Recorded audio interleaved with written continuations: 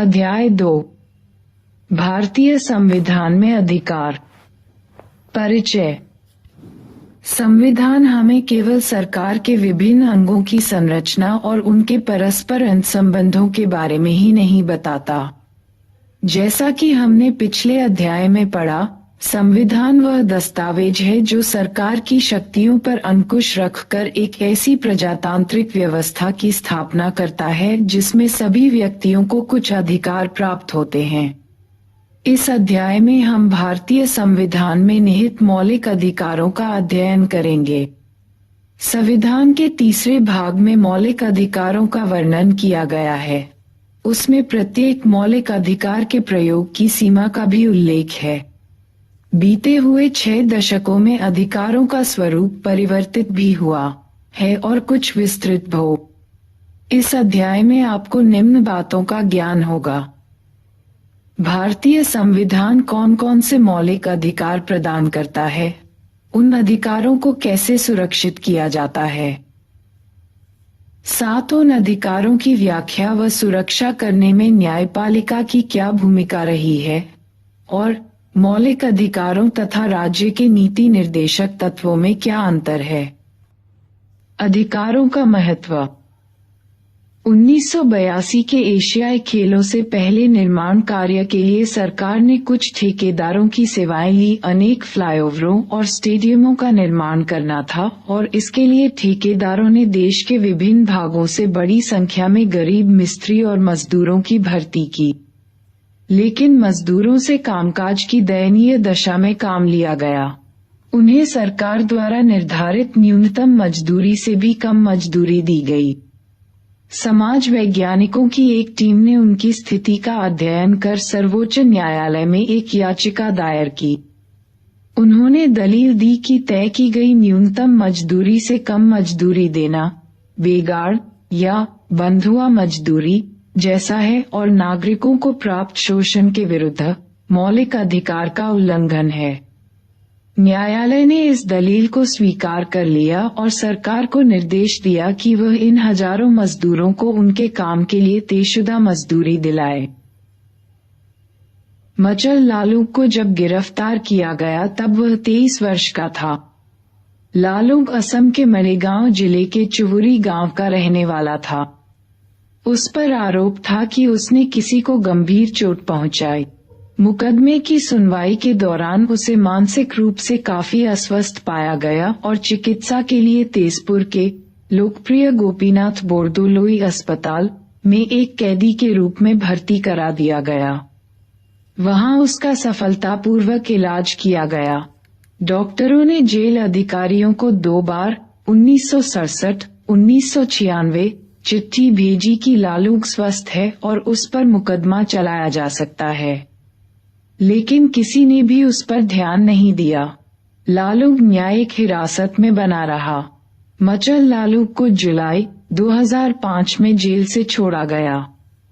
उस समय वह 77 वर्ष का हो चुका था। इस प्रकार वह 54 वर्ष तक हिरासत में रहा और इस दौरान उसके मुकदमे की एक बार भी सुनवाई नहीं हुई।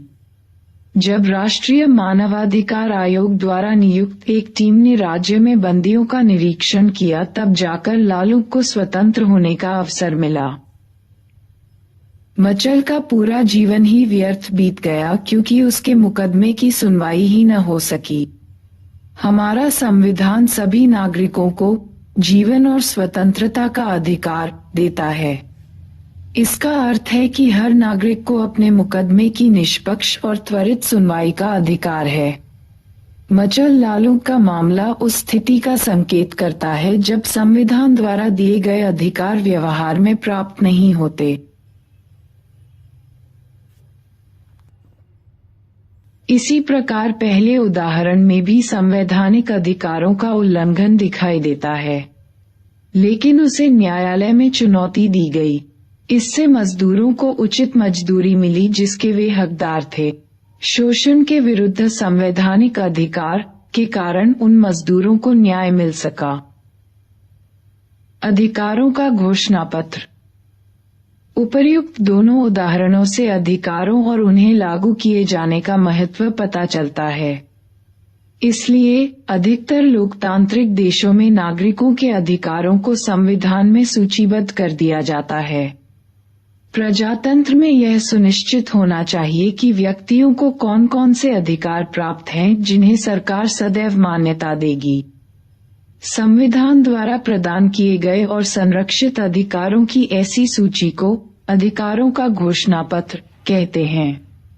अतः अधिकारों का घोषणापत्र सरकार को नागरिकों के अधिकारों के विरुद्ध काम करने से रोकता है और उसका उल्लंघन हो जाने पर उपचार सुनिश्चित करता है। संविधान नागरिकों के अधिकारों को किससे संरक्षित करता है? नागरिक के अधिकारों को किसी अन्य व्यक्ति या निजी संगठन से खतरा हो सकता है। ऐसी स्थिति में व्यक्ति को सरकार द्वारा सुरक्षा प्रदान किए जाने की आवश्यकता होती है। यह जरूरी है कि सरकार व्यक्ति के अधिकारों को सुरक्षा प्रदान करने के लिए प्रतिबद्ध हो। इसके अतिरिक्त सरकार के विभिन्न अंग, विधायिका, कार्यपालिका, नौकरशाही या न्यायपालिका अपने कार्यों के संपादन में व्यक्ति के अधिकारों का हनन कर सकते हैं। भारतीय संविधान में मौलिक अधिकार। स्वतंत्रता संघर्ष के दौरान स्वतंत्रता आंदोलन के नेताओं ने इन अधिकारों का महत्व समझा था और मांग की थी कि अंग्रेज शासकों को जनता के अधिकारों का आदर करना चाहिए। 1928 में ही मोतीलाल नेहरू समिति ने अधिकारों के एक घोषणा पत्र की मांग उठाई थी। अतः यह स्वाभाविक था कि स्वतंत्रता के बाद संविधान निर्माण के दौरान संविधान में अधिकारों का समावेश करने व उन्हें सुरक्षित करने पर सभी की राय एक थी। संविधान में उन अधिकारों को सूचीबद्ध किया गया जिन्हें सुरक्षा देनी थी और उन्हें मौलिक अधिकारों की संज्ञा दी गई। जैसा कि नाम से स्पष्ट है, मौलिक अधिकार अत्यंत महत्वपूर्ण हैं और इसीलिए उन्हें संविधान में सूचीबद्ध किया गया है और उनकी सुरक्षा के लिए विशेष प्रावधान बनाए गए हैं। वे इतने महत्वपूर्ण हैं कि संविधान स्वयं यह सुनिश्चित करता है कि सरकार भी उनका उल्लंघन न कर सके। मौलिक अधिकार हमारे अन्य अधिकारों से भिन्न हैं। जहां साधारण कानूनी अधिकारों को सुरक्षा देने और लागू करने के लिए साधारण कानूनों का सहारा लिया जाता है, वहीं मौलिक अधिकारों की गारंटी और उनकी सुरक्षा स्वयं संविधान करता है।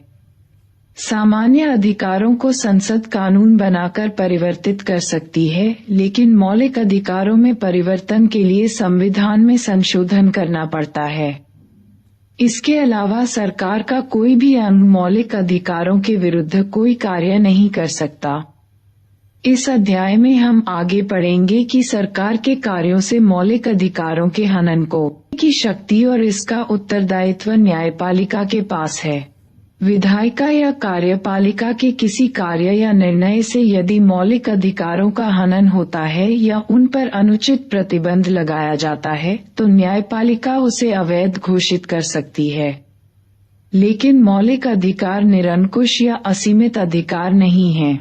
सरकार मौलिक अधिकारों के प्रयोग पर औचित्यपूर्ण प्रतिबंध लगा सकती है।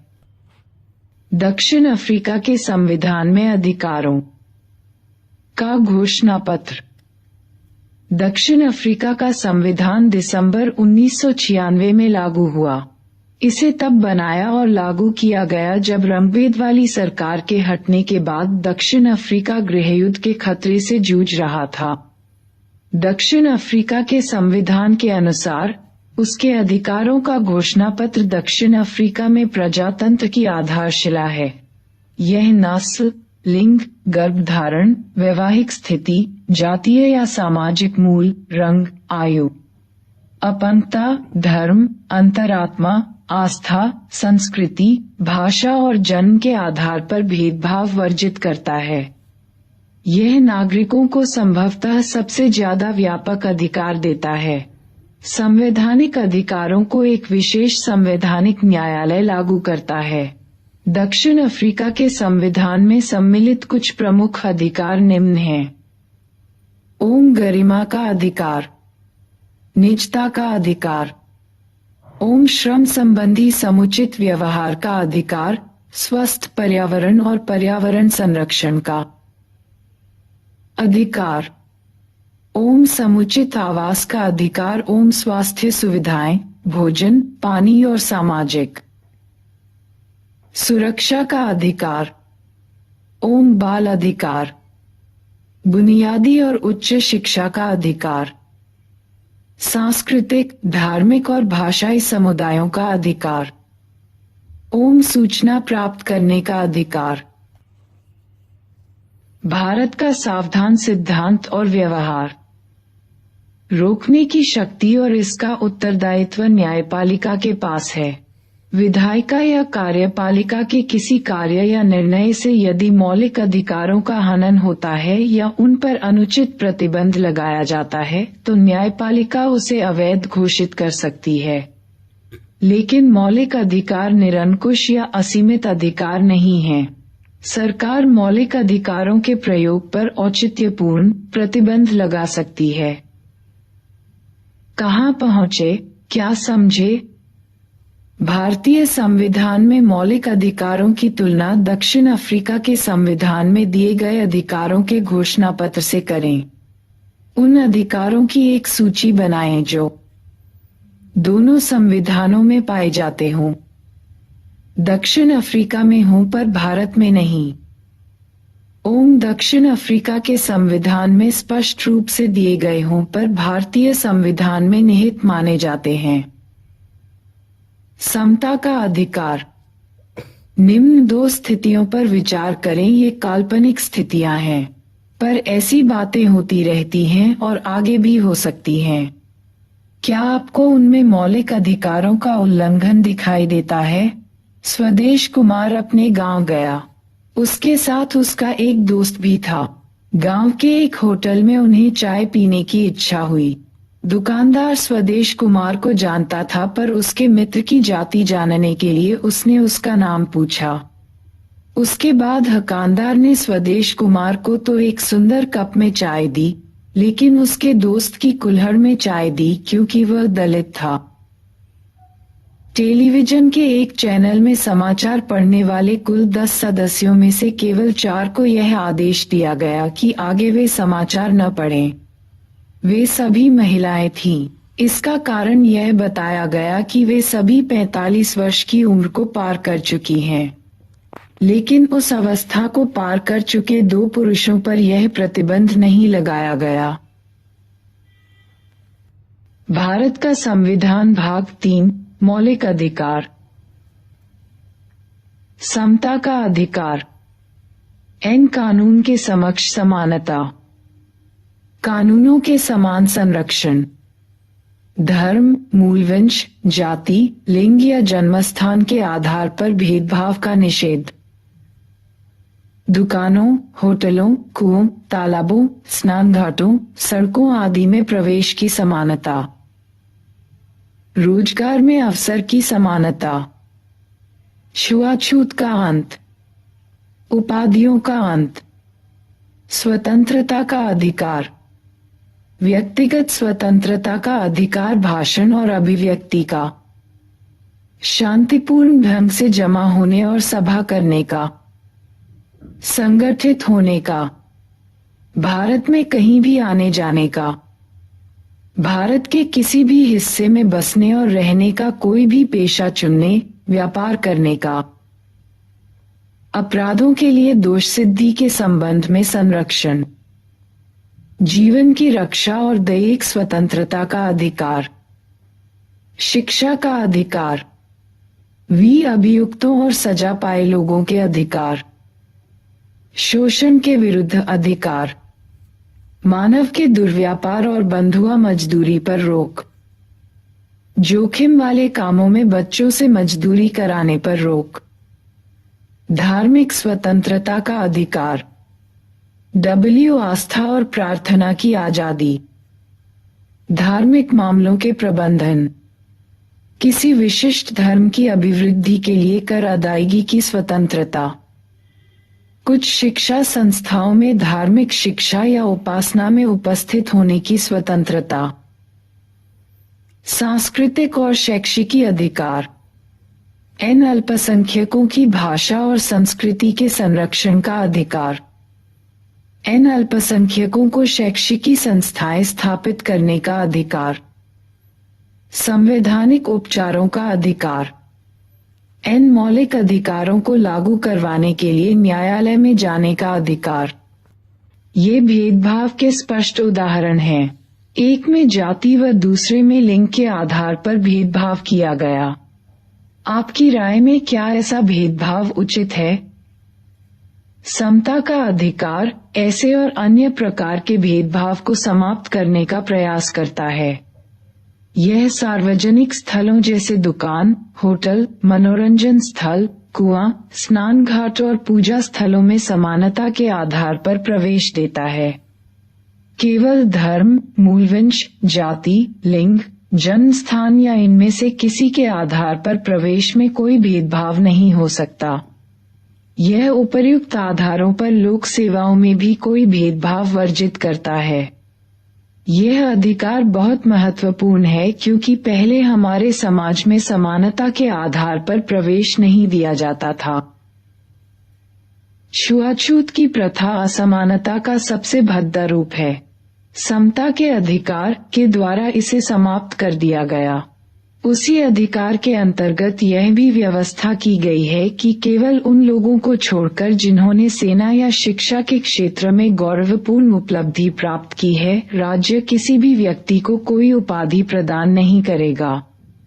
इस प्रकार समता का अधिकार भारत को एक सच्चे लोकतंत्र के रूप में स्थापित करने का प्रयास करता है, जिसमें सभी नागरिकों को समान प्रतिष्ठा व गरिमा प्राप्त हो सके। क्या आपने अपने संविधान की प्रस्तावना पढ़ी है? यह समानता को कैसे परिभाषित करती है? आप पाएंगे कि प्रस्तावना में समानता अनुच्छेद 16(4) इस अनुच्छेद की कोई बात राज्य पिछड़े हुए नागरिकों के किसी पक्ष में, जिनका प्रतिनिधित्व राज्य की राय में राज्य के अधीन सेवाओं में पर्याप्त नहीं है, नियुक्तियों या पदों के आरक्षण का प्रावधान करने से नहीं रोकेगी।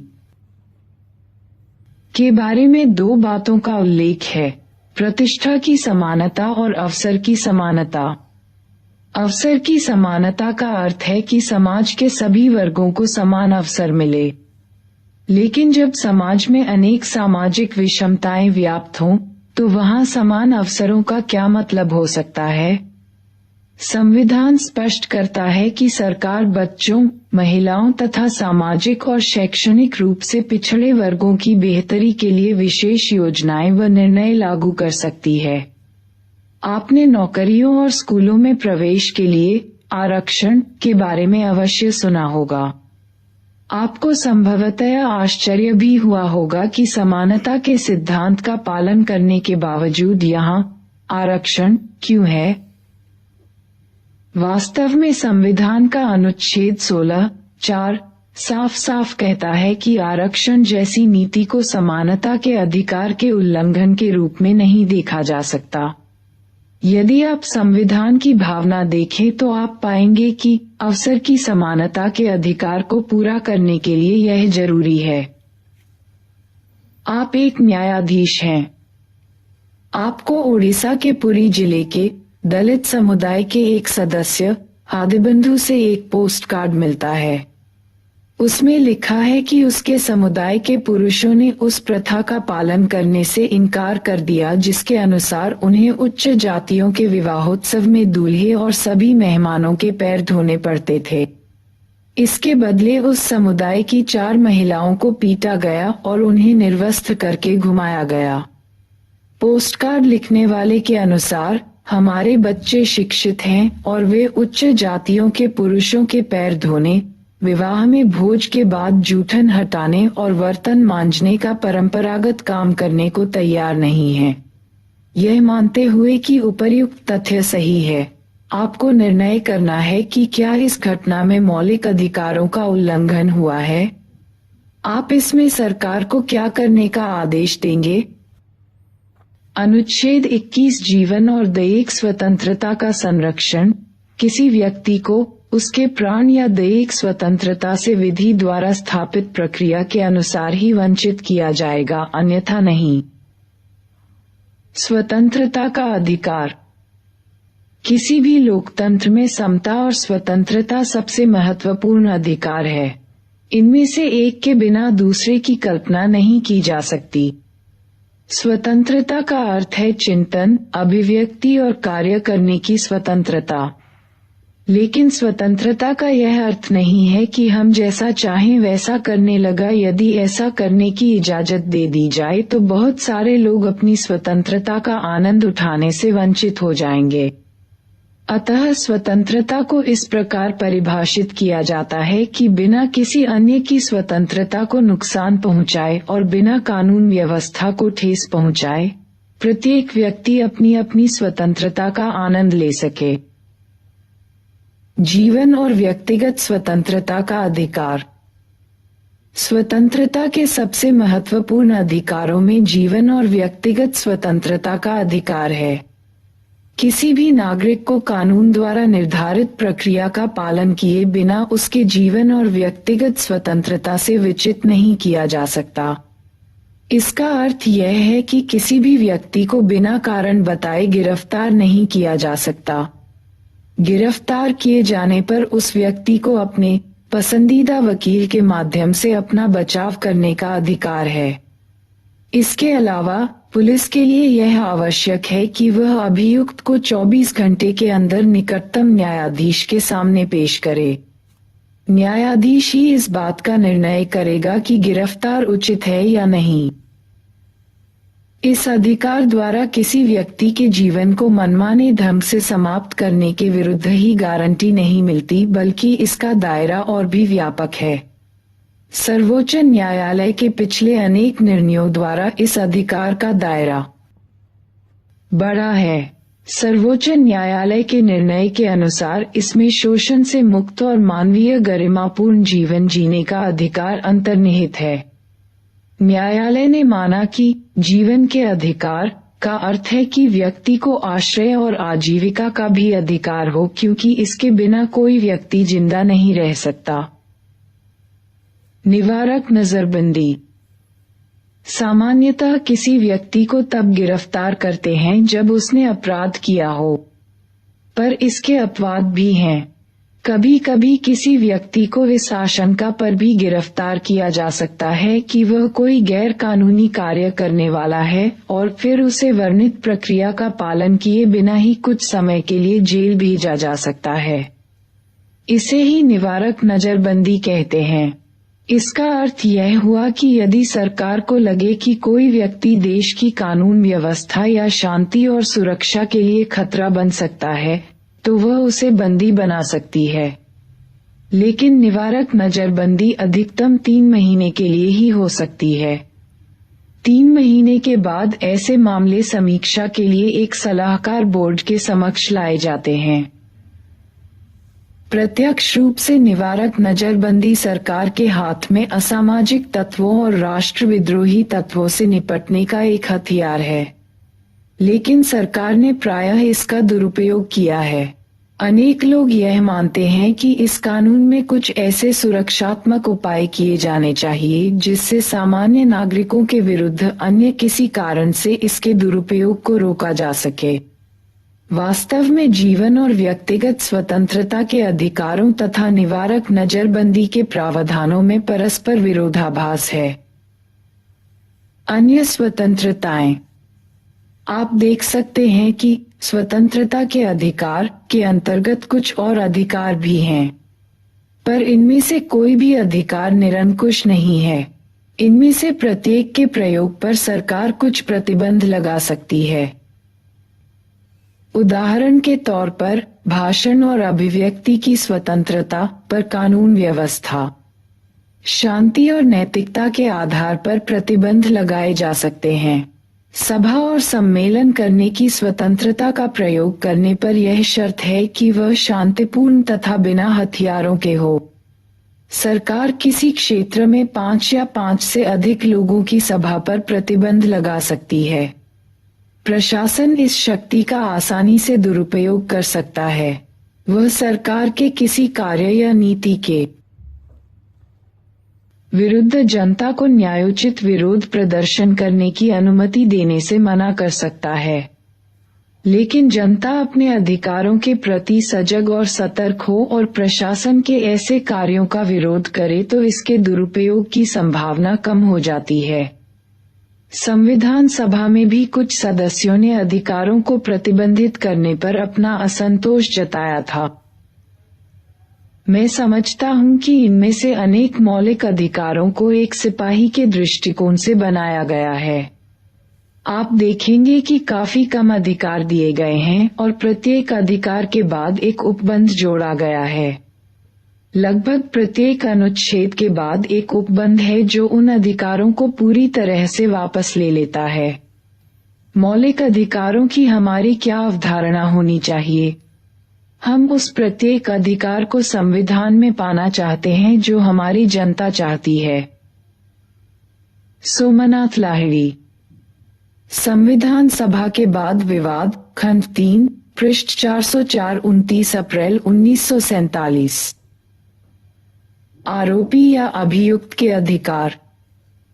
हमारा संविधान इसका भी प्रावधान करता है कि उन लोगों को भी पर्याप्त सुरक्षा मिले जिन्हें पर विभिन्न अपराधों के आरोप हों।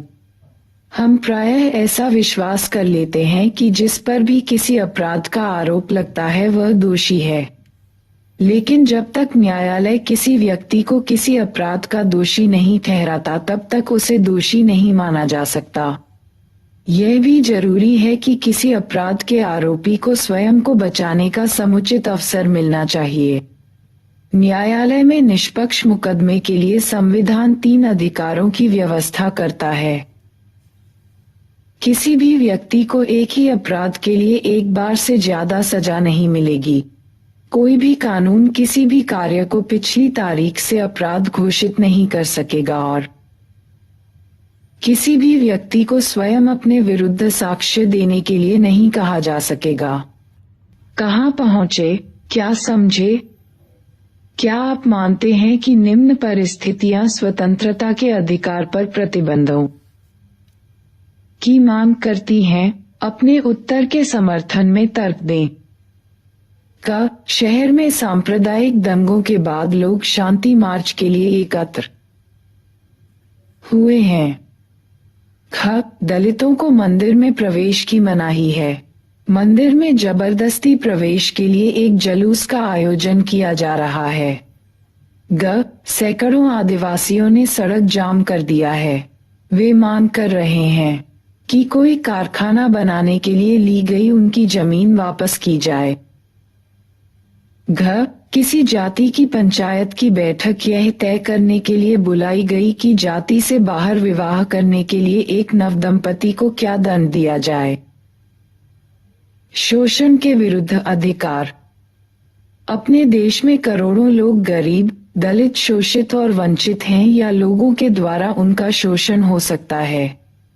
ऐसे शोषण को हम अपने देश में बेगार या बंधुआ मजदूरी के रूप में जानते हैं। इसी प्रकार के एक शोषण में लोगों को दास के रूप में खरीदा और बेचा जाता था।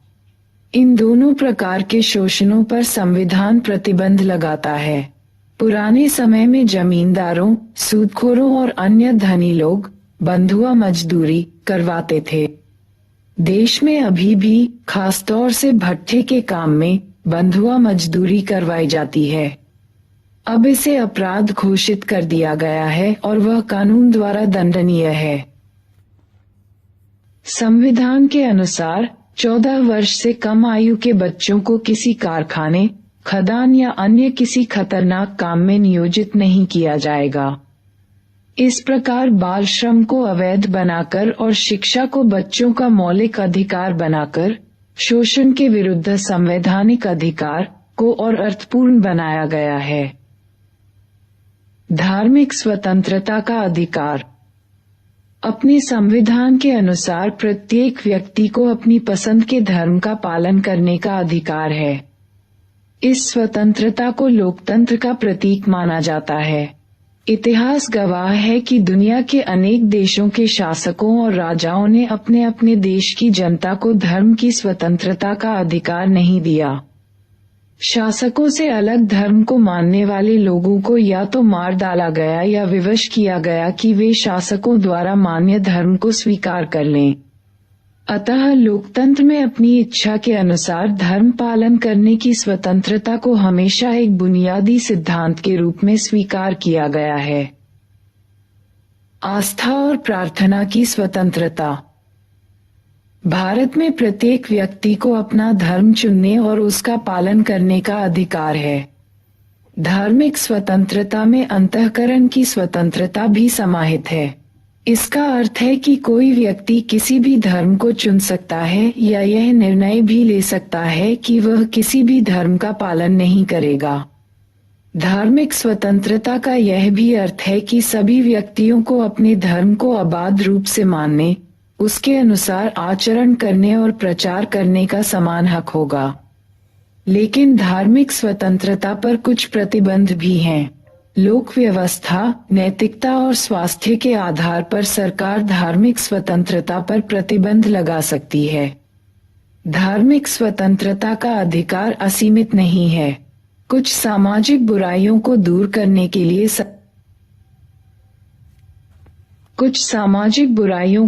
करने के लिए सरकार धार्मिक मामलों में हस्तक्षेप कर सकती है। उदाहरण के तौर पर सरकार ने सती प्रथा, एक से अधिक विवाह और मानव बलि जैसी कुप्रथाओं पर प्रतिबंध के लिए अनेक कदम उठाए हैं। ऐसे प्रतिबंधों को धार्मिक स्वतंत्रता के अधिकार में हस्तक्षेप नहीं माना जा सकता। धार्मिक स्वतंत्रता के अधिकार पर नियंत्रण लगाने से विभिन्न धर्म के मानने वालों और सरकार के बीच अक्सर ही तनावपूर्ण स्थितियां पैदा होती हैं। जब भी किसी धार्मिक समुदाय के कुछ क्रियाकलापों पर सरकार नियंत्रण लगाती है, तो उस समुदाय के लोग यह महसूस करते हैं कि वह उनके धर्म में एक हस्तक्षेप है। एक अन्य कारण से भी धार्मिक स्वतंत्रता राजनीतिक विवाद का विषय बन जाती है। संविधान ने सभी को अपने धर्म का प्रचार करने की स्वतंत्रता दी है। इसमें लोगों को एक धर्म से दूसरे धर्म में परिवर्तन के लिए मनाने का अधिकार भी शामिल है। लेकिन कुछ लोग धर्म परिवर्तन का विरोध करते हैं। उनका मानना है कि धर्मांतरण भय या लालच के आधार पर कराए जाते हैं। संविधान भी जबरन धर्म परिवर्तन की इजाजत नहीं देता। वह हमें केवल अपने धर्म के बारे में सूचनाएं प्रसारित करने का अधिकार देता है, जिससे हम दूसरों को अपने धर्म की ओर आकर्षित कर सकें। सभी धर्मों की समानता। विभिन्न धर्मावलंबियों का देश होने के कारण यह जरूरी है कि सरकार विभिन्न धर्मों के साथ समानता का बर्ताव करे। इसका अर्थ यह भी है कि सरकार किसी विशेष धर्म का पक्ष नहीं लेगी। भारत का कोई राजकीय धर्म नहीं है। भारत के राष्ट्रपति, प्रधानमंत्री, न्यायाधीश या अन्य किसी सार्वजनिक पद पर कार्य करने के लिए हमें किसी धर्म विशेष का सदस्य होना जरूरी नहीं है। समानता के अधिकार के अंतर्गत भी हमने देखा कि सभी नागरिकों को इस बात की गारंटी दी गई है कि सरकारी नौकरियों में नियुक्ति के संबंध में सरकार धर्म के आधार पर भेदभाव नहीं करेगी। राज्य द्वारा संचालित शैक्षणिक संस्थाओं में न तो किसी धर्म का प्रचार किया जाएगा, न ही कोई धार्मिक शिक्षा दी जाएगी और न ही उसमें प्रवेश के लिए किसी धर्म को वरीयता दी जाएगी। इन प्रावधानों से धर्म निरपेक्षता को जीवन और बल मिलता है। खुद करें, खुद सीखें। सूची बनाएं का प्रयोग दिखलाती हैं। अपने गांव या शहर में होने वाले सार्वजनिक, सांस्कृतिक और शैक्षिकी अधिकार। जब हम भारतीय समाज की बात करते हैं तो हमारे मन में विविधता की छवि उभरती है। भारतीय समाज कोई समरूप समाज नहीं है, वरन उसमें काफी विविधता है। ऐसे विविधता भरे समाज में कुछ समुदाय छोटे और कुछ बड़े हैं। क्या ऐसी स्थिति में अल्पसंख्यक समुदाय को बहुसंख्यक समुदाय की संस्कृति स्वीकार करनी पड़ेगी? हमारा संविधान मानता है कि विविधता हमारे समाज की मजबूती है। अतः अल्पसंख्यकों का अपनी संस्कृति को बनाए रखने का अधिकार भी एक मौलिक अधिकार। बहुसंख्यकों पर एक गंभीर उत्तरदायित्व है कि वे देखें कि अल्पसंख्यक सुरक्षित महसूस करें। केवल एक धर्मनिरपेक्ष शासन में ही अल्पसंख्यक सुरक्षित रहेंगे। उनके लिए राष्ट्रवादी होना लाभकारी है। बहुसंख्यकों को अपने राष्ट्रीय दृष्टिकोण का दिखावा नहीं करना चाहिए। उन्हें स्वयं को अल्पसंख्यकों की स्थिति में रखकर उनकी आशंकाओं को समझना चाहिए। सुरक्षा को सभी मांगे उसी आशंका पर आधारित हैं, जो अल्पसंख्यकों के मन में अपनी भाषा, लिपि और नौकरियों के अवसर के संबंध में है। किसी समुदाय को केवल धर्म के आधार पर नहीं बल्कि भाषा और संस्कृति के आधार पर भी अल्पसंख्यक माना जाता है। अल्पसंख्यक वह समूह है जिनकी अपनी एक भाषा या धर्म होता है और देश के किसी एक भाग में या पूरे देश में संख्या के आधार पर वे किसी अन्य समूह से छोटा है। ऐसे अल्पसंख्यक समूहों को अपनी भाषा, लिपि और संस्कृति को सुरक्षित रखने और उसे विकसित करने का अधिकार है। भाषा या धार्मिक अल्पसंख्यक अपने शिक्षण संस्थान खोल सकते हैं। ऐसा करके वे अपनी संस्कृति को सुरक्षित और विकसित कर सकते हैं। शिक्षण संस्थाओं को वित्तीय अनुदान देने के मामले में सरकार इस आधार पर भेदभाव नहीं करेगी कि उस शिक्षण संस्थान का प्रबंध किसी अल्पसंख्यक समुदाय के हाथ में है। संवैधानिक उपचारों का अधिकार। इस बात से हर कोई सहमत होगा कि हमारे संविधान में मौलिक अधिकारों की सूची बड़ी आकर्षक है, लेकिन अधिकारों की विस्तृत सूची देना ही काफी नहीं। कोई ऐसा तरीका होना चाहिए जिससे उन्हें व्यवहार में लाया जा सके और उल्लंघन होने पर अधिकारों की रक्षा की जा सके। संवैधानिक उपचारों का अधिकार वह साधन है जिसके द्वारा ऐसा किया जा सकता है। डॉक्टर अंबेडकर ने इस अधिकार को संविधान का हृदय और आत्मा की संज्ञा दी। इसके अंतर्गत हर नागरिक को यह अधिकार प्राप्त है कि वह अपने मौलिक अधिकारों के उल्लंघन किए जाने पर सीधे उच्च न्यायालय या सर्वोच्च न्यायालय जा सकता है। सर्वोच्च न्यायालय या उच्च न्यायालय मौलिक अधिकारों को लागू करने के लिए सरकार को आदेश और निर्देश दे सकते हैं। न्यायालय कई प्रकार के विशेष आदेश जारी करते हैं जिन्हें प्रादेश या रिट कहते हैं। बंदी प्रत्यक्षीकरण के द्वारा न्यायालय किसी गिरफ्तार व्यक्ति को न्यायालय के सामने प्रस्तुत करने का आदेश देता है। यदि गिरफ्तारी का तरीका या कारण गैरकानूनी या असंतोषजनक हो तो न्यायालय गिरफ्तार व्यक्ति को छोड़ने का आदेश दे सकता है। परमादेश यह आदेश तब जारी किया जाता है जब न्यायालय को लगता है कि कोई सार्वजनिक पदाधिकारी अपने कानूनी और संवैधानिक दायित्वों का पालन नहीं कर रहा है और इससे किसी व्यक्ति का मौलिक अधिकार प्रभावित हो रहा है। निषेध आदेश जब कोई निचली अदालत अपने अधिकार क्षेत्र का अतिक्रमण करके किसी मुकदमे की सुनवाई करती है तो ऊपर की अदालतें, उच्च न्यायालय या सर्वोच्च न्यायालय उसे ऐसा करने से रोकने के लिए निषेध आदेश जारी करती है। अधिकार परीक्षा जब न्यायालय को लगता है कि कोई व्यक्ति ऐसे पद पर नियुक्त हो गया है जिस पर उसका कोई कानूनी हक नहीं है, तब न्यायालय अधिकार परीक्षा आदेश के द्वारा उसे उस पद पर कार्य करने से रोक देता है। उत्प्रेषण रिट जब कोई निचली अदालत या सरकारी अधिकारी बिना अधिकार के कोई कार्य करता है तो न्यायालय उसके समक्ष विचाराधीन मामले को उससे लेकर उत्प्रेषण द्वारा उसे ऊपर की अदालत या अधिकारी को हस्तांतरित कर देता है। बाद में इन अधिकारों की रक्षा के लिए न्यायपालिका के अलावा कुछ और संरचनाओं का भी निर्माण किया गया। आपने राष्ट्रीय अल्पसंख्यक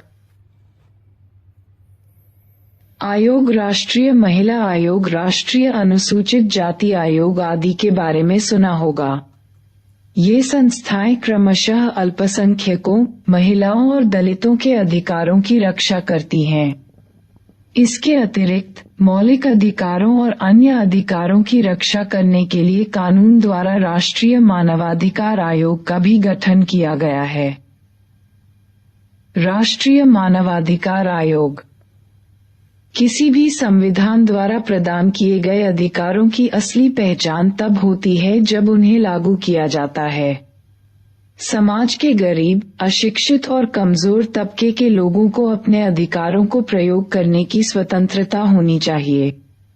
peoples union for civil liberties (PUCL) या people's union for democratic rights (PUDR) जैसी संस्थाएं अधिकारों के हनन के विरुद्ध चौकसी करती हैं। इस परिप्रेक्ष्य में वर्ष 1993 में सरकार ने राष्ट्रीय मानवाधिकार आयोग का गठन किया।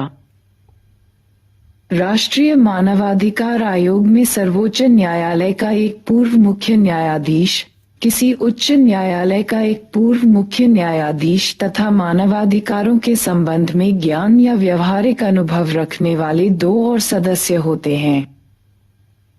मानवाधिकारों के उल्लंघन की शिकायतें मिलने पर राष्ट्रीय मानवाधिकार आयोग स्वयं अपनी पहल पर या किसी पीड़ित व्यक्ति की याचिका पर जांच कर सकता है। जेलों में बंदियों को स्थिति का अध्ययन करने जा सकता है, मानवाधिकार के क्षेत्र में शोध कर सकता है या शोध को प्रोत्साहित कर सकता है। आयोग को प्रतिवर्ष हजारों शिकायतें मिलती हैं। इनमें से अधिकतर हिरासत में मृत्यु, हिरासत के दौरान बलात्कार, लोगों के गायब होने, पुलिस की ज्यादतियों, कार्यवाही न किए जाने, महिलाओं के प्रति दुर्व्यवहार आदि से संबंधित होती हैं। मानवाधिकार आयोग का सबसे प्रभावी हस्तक्षेप पंजाब में युवकों के गायब होने तथा गुजरात दंगों के मामले में जांच के रूप में रहा। आयोग को स्वयं मुकदमा सुनने का अधिकार नहीं है। यह सरकार या न्यायालय को अपनी जांच के आधार पर मुकदमे चलाने को सिफारिश कर सकता है। राज्य के नीति निर्देशक तत्व। संविधान निर्माताओं को पता था कि स्वतंत्र भारत को अनेक चुनौतियों का सामना करना पड़ेगा। इसमें सभी नागरिकों में समानता लाना और सबका कल्याण करना सबसे बड़ी चुनौती थी। उन लोगों ने यह भी सोचा कि इन समस्याओं को हल करने के लिए कुछ नीतिगत निर्देश जरूरी हैं। लेकिन इसके साथ ही वे इन नीतियों को भावी सरकारों के लिए बाध्यकारी भी नहीं बनाना चाहते थे। संविधान में कुछ निर्देशक तत्वों का समावेश तो किया गया, लेकिन उन्हें न्यायालय के माध्यम से लागू करवाने की व्यवस्था नहीं की गई। इसका अर्थ यह हुआ कि यदि सरकार किसी निर्देश को लागू नहीं करती तो हम न्यायालय में जाकर यह मांग नहीं कर सकते कि उसे लागू कराने के लिए न्यायालय सरकार को आदेश दे। इसीलिए कहा जाता है कि नीति निर्देशक तत्व वाद योग्य नहीं है। अर्थ यह है कि यह संविधान का एक हिस्सा है जिसे न्यायपालिका द्वारा लागू नहीं कराया जा सकता। संविधान निर्माताओं का मानना था कि इन निर्देशक तत्वों के पीछे जो नैतिक शक्ति है वह सरकार को बाध्य करेगी कि सरकार नीति निर्देशक तत्वों को गंभीरता से ले। इसके अलावा वे ऐसा भी समझते थे कि जनता उन्हें लागू करने की जिम्मेदारी भावी सरकारों पर डालेगी। अतः संविधान में ऐसी नीतियों की एक निर्देशक सूची रखी गई है। निर्देशों की उसी सूची को राज्य के नीति निर्देशक तत्व कहते हैं। नीति निर्देशक तत्व क्या है? नीति निर्देशक तत्वों की सूची में 3 प्रमुख बातें हैं। 7 वे लक्ष्य और उद्देश्य जो एक समाज के रूप में हमें स्वीकार करने चाहिए।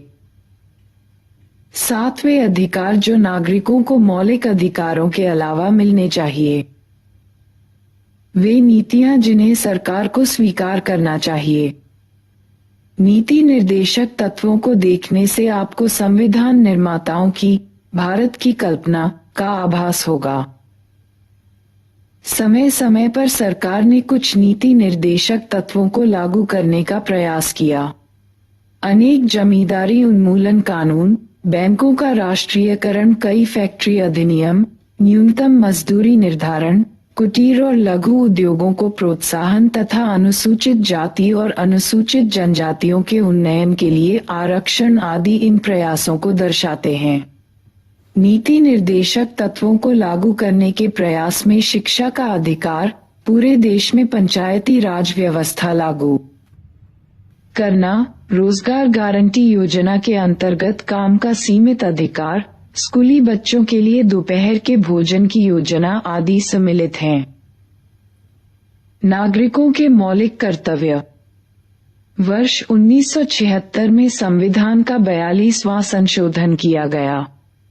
अन्य प्रावधानों के अलावा इस संशोधन से संविधान में नागरिकों के मौलिक कर्तव्यों की एक सूची का समावेश किया गया, जिसमें कुल 10 कर्तव्यों का उल्लेख किया गया, लेकिन इन्हें लागू करने के संबंध में संविधान मौन है। नागरिक के रूप में हमें अपने संविधान का पालन करना चाहिए, देश की रक्षा करनी चाहिए, सभी नागरिकों में भाईचारा बढ़ाने का प्रयत्न करना चाहिए तथा पर्यावरण की रक्षा करनी चाहिए। परंतु यह ध्यान देने की बात है कि संविधान मौलिक कर्तव्यों के अनुपालन के आधार पर या उनकी शर्त पर हमें मौलिक अधिकार नहीं देता। इस दृष्टि से संविधान में मौलिक कर्तव्यों के समावेश से हमारे मौलिक अधिकारों पर कोई प्रतिकूल असर नहीं पड़ा। कहां पहुंचे, क्या समझे? ऐसा अनुमान है कि भारत में लगभग 30 लाख लोग शहरों में बेघर हैं। इनमें से 5% लोगों के लिए रात में सोने की जगह भी नहीं है। इनमें सैकड़ों बूढ़े और बीमार बेघर लोगों की जाड़े में शीतलहर से मृत्यु हो जाती है। उन्हें निवास का प्रमाण न दे पाने के कारण राशन कार्ड या मतदाता पहचान पत्र नहीं मिल पाते। इसके अभाव में उन्हें जरूरतमंद मरीजों के रूप में सरकारी मदद भी नहीं मिल पाती। इनमें एक बड़ी संख्या में लोग दिहाड़ी मजदूर हैं, जिन्हें बहुत कम मजदूरी मिलती है। वे मजदूरी की तलाश में देश के विभिन्न हिस्सों से शहरों में आते हैं। आप इन तथ्यों के आधार पर संवैधानिक उपचारों के अधिकार के अंतर्गत सर्वोच्च न्यायालय को एक याचिका भेजें। आपकी याचिका में निम्न 2 बातों का उल्लेख होना चाहिए। क. इन बेघर लोगों के कौन से मौलिक अधिकार का उल्लंघन हो रहा है? ख. आप सर्वोच्च न्यायालय से किस प्रकार का आदेश देने की प्रार्थना करेंगे? नीति निर्देशक तत्वों और मौलिक अधिकारों में संबंध। मौलिक अधिकारों और नीति निर्देशक तत्वों को एक दूसरे के पूरक के रूप में देखा जा सकता है। जहां मौलिक अधिकार सरकार के कुछ कार्यों पर प्रतिबंध लगाते हैं, वहीं नीति निर्देशक तत्व उसे कुछ कार्यों को करने की प्रेरणा देते हैं। मौलिक अधिकार खास। नीति निर्देशक तत्व। उद्देश्य: लोगों का कल्याण, सामाजिक, आर्थिक एवं राजनीतिक न्याय। ऐसे अधिकार जिनके लिए न्यायालय में दावा नहीं किया जा सकता। जीवन स्तर ऊंचा उठाना, संसाधनों का समान वितरण, अंतर्राष्ट्रीय शांति को बढ़ावा, पर्याप्त जीवन यापन, महिलाओं और पुरुषों को समान काम को समान मजदूरी, आर्थिक शोषण के विरुद्ध अधिकार, नीतियां, काम का अधिकार, समान नागरिक सोहता, मद्यपान निषेध, घरेलू उद्योगों को बढ़ावा, उपयोगी पशुओं को मारने पर रोक, ग्राम पंचायता को प्रोत्साहन। 6 वर्ष से कम आयु के बालकों के लिए प्रारंभिक बाल्यावस्था देखरेख और शिक्षा। तौर से व्यक्ति के अधिकारों को संरक्षित करते हैं, पर नीति निर्देशक तत्व पूरे समाज के हित की बात करते हैं। लेकिन कभी कभी जब सरकार नीति निर्देशक तत्वों को लागू करने का प्रयास करती है, तो वे नागरिकों के मौलिक अधिकारों से टकरा सकते हैं। यह समस्या तब पैदा हुई जब सरकार ने जमींदारी उन्मूलन कानून बनाने का फैसला किया। इसका विरोध इस आधार पर किया गया कि उससे संपत्ति के मौलिक अधिकार का हनन होता है। लेकिन यह सोचकर कि सामाजिक आवश्यकताएं वैयक्तिक हित से ऊपर हैं, सरकार ने नीति निर्देशक तत्वों को लागू करने के लिए संविधान का संशोधन किया। इससे एक लंबी कानूनी लड़ाई शुरू हुई। कार्यपालिका और न्यायपालिका ने इस पर परस्पर विरोधी दृष्टिकोण अपनाया। सरकार की मान्यता थी कि नीति निर्देशक तत्वों को लागू करने के लिए मौलिक अधिकारों पर प्रतिबंध लगाए जा सकते हैं। इसके पीछे यह धारणा थी कि लोक कल्याण के मार्ग में अधिकार बाधक हैं। दूसरी ओर न्यायालय की यह मान्यता थी कि मौलिक अधिकार इतने महत्वपूर्ण और पावन हैं कि नीति निर्देशक तत्वों को लागू करने के लिए भी उन्हें प्रतिबंधित नहीं किया जा सकता। संपत्ति का अधिकार।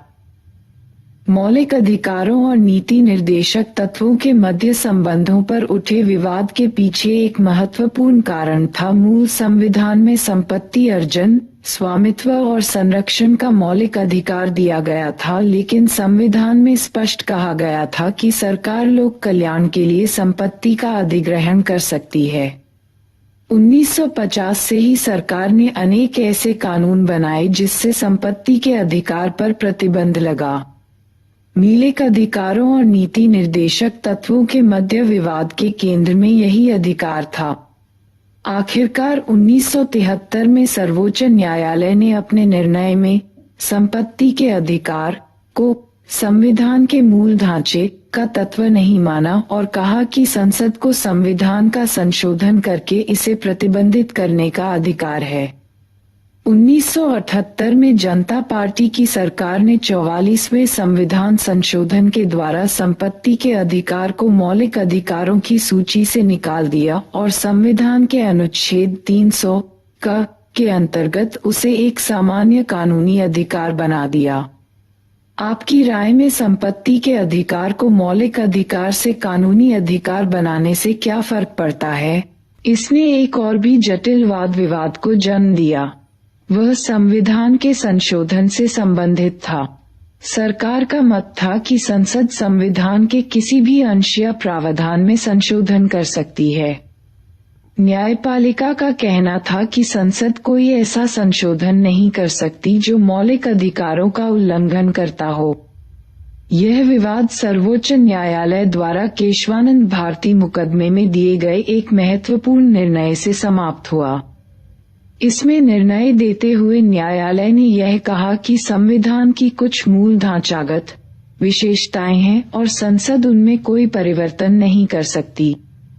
इसे हम 9वें अध्याय संविधान एक जीवंत दस्तावेज में विस्तार से पढ़ेंगे। कहाँ पहुँचे, क्या समझे? दक्षिण अफ्रीका के संविधान में अधिकारों के घोषणा पत्र और भारतीय संविधान में दिए नीति निर्देशक तत्वों को पढ़ें। दोनों सूचियों में आपको कौन सी बातें एक समान लगती हैं? दक्षिण अफ्रीका के संविधान ने इन्हें अधिकारों के घोषणा पत्र में क्यों रखा? यदि आपको एक नए राष्ट्र के लिए संविधान बनाना हो तो उसके लिए आप क्या सुझाएंगे? निष्कर्ष। महाराष्ट्र के एक क्रांतिकारी समाज सुधारक ज्योतिबा राव फुले 1827-1890 की रचनाओं में हमें सर्वप्रथम यह विचार प्राप्त होता है कि अधिकारों में स्वतंत्रता और समानता दोनों ही निहित हैं। राष्ट्रीय आंदोलन के दौरान यह विचार और स्पष्ट हुआ तथा इस संवैधानिक अधिकारों के रूप में प्रस्तुत किया जाने लगा। हमारे संविधान में इस लंबी परंपरा को मौलिक अधिकारों की सूची के रूप में देखा जा सकता है। 1950 से न्यायपालिका ने अधिकारों के महत्वपूर्ण संरक्षक की भूमिका निभाई है। न्यायिक व्याख्याओं ने अनेक अधिकारों का क्षेत्र विस्तृत कर दिया है। हमारी सरकार और प्रशासन इसी परिप्रेक्ष्य में काम करते हैं। अधिकार सरकार के कार्यों की सीमा तय करते हैं और देश में लोकतांत्रिक शासन सुनिश्चित करते हैं।